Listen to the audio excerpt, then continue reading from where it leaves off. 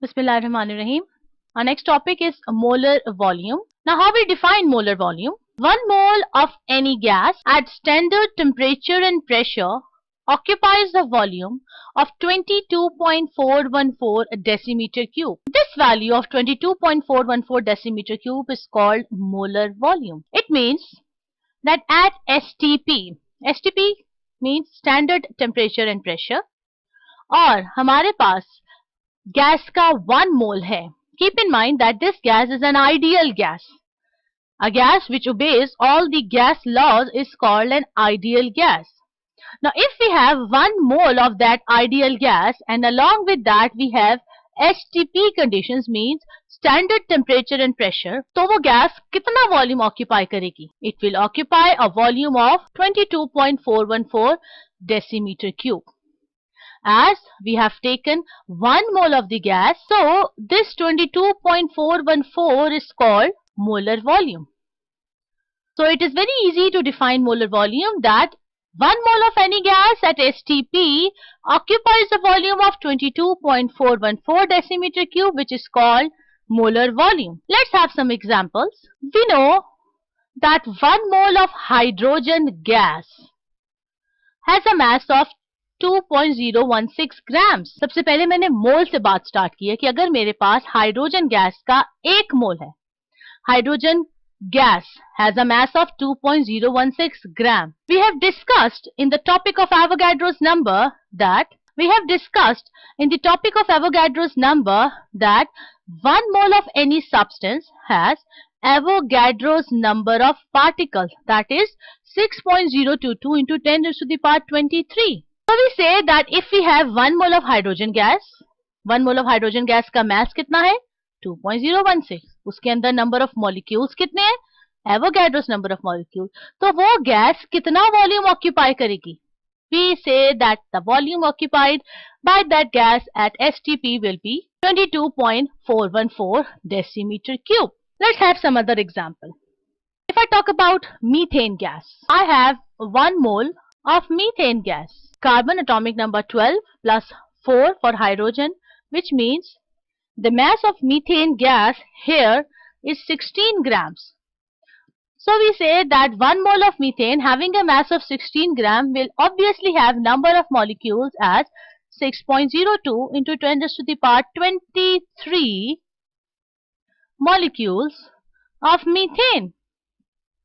Now we are studying molar volume. So the question is कि 1 mole methane gas ने at STP कितना volume occupy किया? So the volume occupied by this gas will be again 22.414 decimeter cube of methane gas, and the conditions are at standard conditions of temperature and pressure.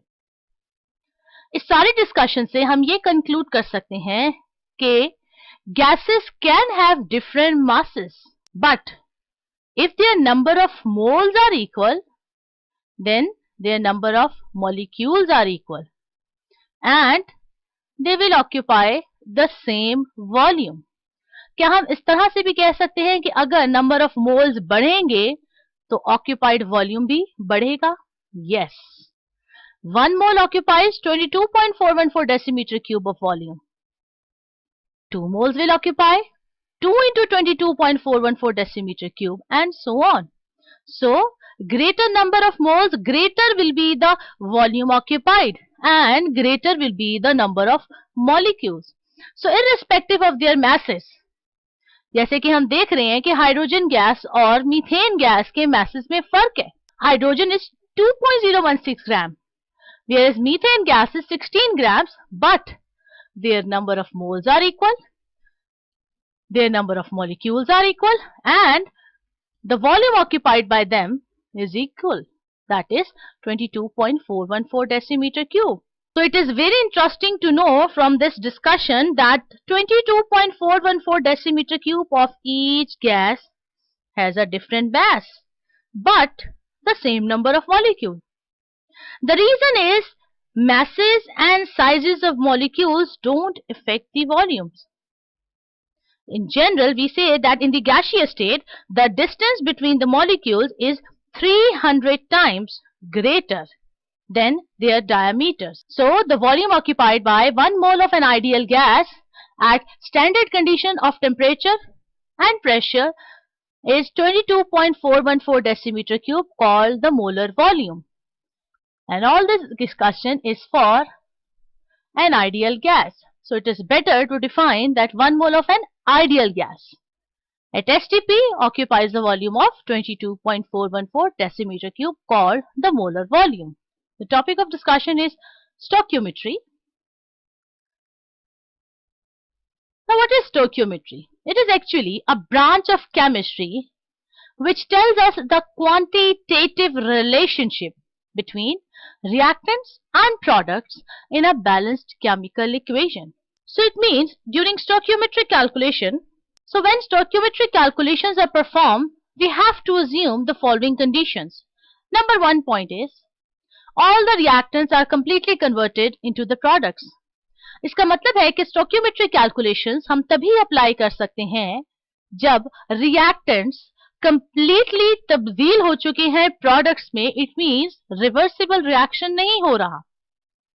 या हम ऐसे कह सकते हैं कि कोई साइड रिएक्शन नहीं हो रहा, यानी कोई बाय प्रोडक्ट नहीं बन रहा, तभी stoichiometric calculations अप्लाई की जा सकती हैं. And along with that, another important point is, while we are doing the calculations, the law of conservation of mass and the law of definite proportions are obeyed. Now, what is this law of conservation of mass? Mass can neither be created nor be destroyed in a chemical reaction.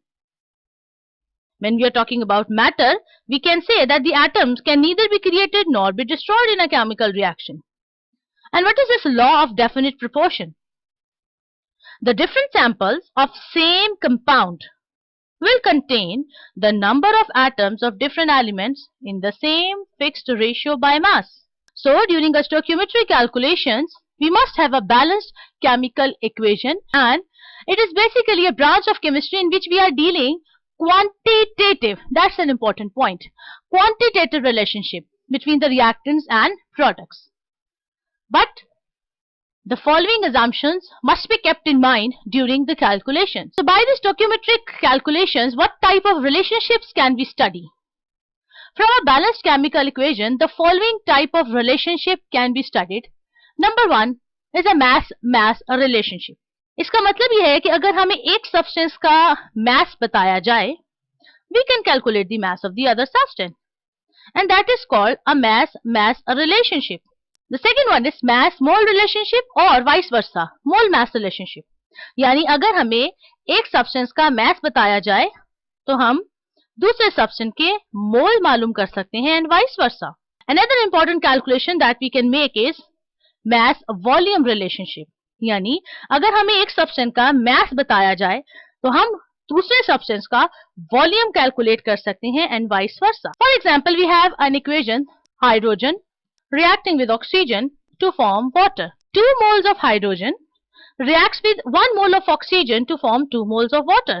Or if we talk about masses, then we say that 4 grams of hydrogen is reacting with 32 grams of oxygen to give 36 grams of water. These are the stoichiometric amounts. So, stoichiometry is a very important branch of chemistry in which we will be quantitatively dealing relationships, and we can do calculations provided that we have a balanced chemical equation. The topic of discussion is a limiting reactant. Now, what is a limiting reactant? The limiting reactant is a reactant that controls the amount of the product formed in a chemical reaction due to its smaller amount. Here, the important point is that limiting reactant is that which controls the amount of the product in a chemical reaction. And why it is controlling the amount of the product? It is due to its smaller amount. It means किसी भी reaction में limiting reactant वो reactant है जो product की amount को control कर रहा है. It means अगर वो reactant खत्म हो जाए, consume हो जाए, finish हो जाए, तो reaction आगे proceed नहीं कर सकता. Product form नहीं होंगे. It means it is that reactant which is controlling the amount of the product due to its smaller amount. So it means it is that reactant which is consumed earlier in a chemical reaction. और उसके जल्दी consume होने की वजह से, जल्दी खत्म हो जाने की वजह से मजीद प्रोडक्ट नहीं बन पाते और रिएक्शन आगे प्रोसीड नहीं हो सकता, because it is smaller in amount and it is controlling the amount of the product, and hence it will be called as the limiting reactant. We can have various examples to elaborate limiting reactant. As in our book, we are given the example of slices and kebabs. According to this example, we have slices and kebabs to prepare sandwiches. Now, if we have 30 kebabs and 5 breads means we have 58 slices. So we can only prepare 29 sandwiches, and one kebab will be extra. This one extra kebab is our excess reagent, or we can call it as non-limiting reagent. एक तो होता है limiting reactant which is consumed earlier, और जो reactant excess amount में बच जाता है that is called the excess reagent और the non limiting reactant. It is a practical problem that we cannot purchase exactly 60 slices for 30 kebabs to prepare 30 sandwiches. So here the slices are our limiting reactant. Let's have another example in which we are dealing with reactions. For example, formation of water. 2 moles of hydrogen reacts with 1 mole of oxygen to form 2 mole of water. Now stoichiometrically, when we are talking about masses in this balanced chemical equation, we can say that 4 grams of hydrogen reacts exactly with 32 grams of oxygen to prepare 36 grams of water. Now in this experiment, all the quantities of hydrogen and oxygen are consumed, because they have stoichiometric ratios in them. हम देख सकते हैं कि reactant की side पे we have 32 plus 4, 36 ग्राम, और product की side पे भी 36 ग्राम, means a stoichiometrically balanced equation. So in this experiment, all the quantities of hydrogen and oxygen are consumed. In the second experiment, same, hydrogen and oxygen reacts to form water. If we have 6 gram of hydrogen now and same 32 grams of oxygen and getting 36 grams of water. Now in this experiment, we have on the reactant side 38 grams. So in this experiment, we can say that the formation of water is limited by oxygen reactant. In this experiment, 2 grams of hydrogen remains unreacted. यहाँ हम कह सकते हैं कि in this case, hydrogen is our excess reagent or the non-limiting reactant, and oxygen here is the limiting reactant. In the third experiment, we have 4 grams of hydrogen and 40 grams of oxygen, giving 36 grams of water. Now on the reactant side here, we are having 44 gram of reactant. In this third experiment, we can see that the formation of water is limited by hydrogen, and here oxygen is in excess. We can see that we have 8 grams of oxygen in excess, or they remain unreactive. So here hydrogen is our limiting reactant. So in the first experiment, we have taken 4 grams of hydrogen and 32 grams of oxygen. Second experiment में हमने oxygen की amount वही रहने दी, hydrogen की amount बढ़ाई, तो हमारे पास ऑक्सीजन लिमिटिंग रिएक्टेंट था.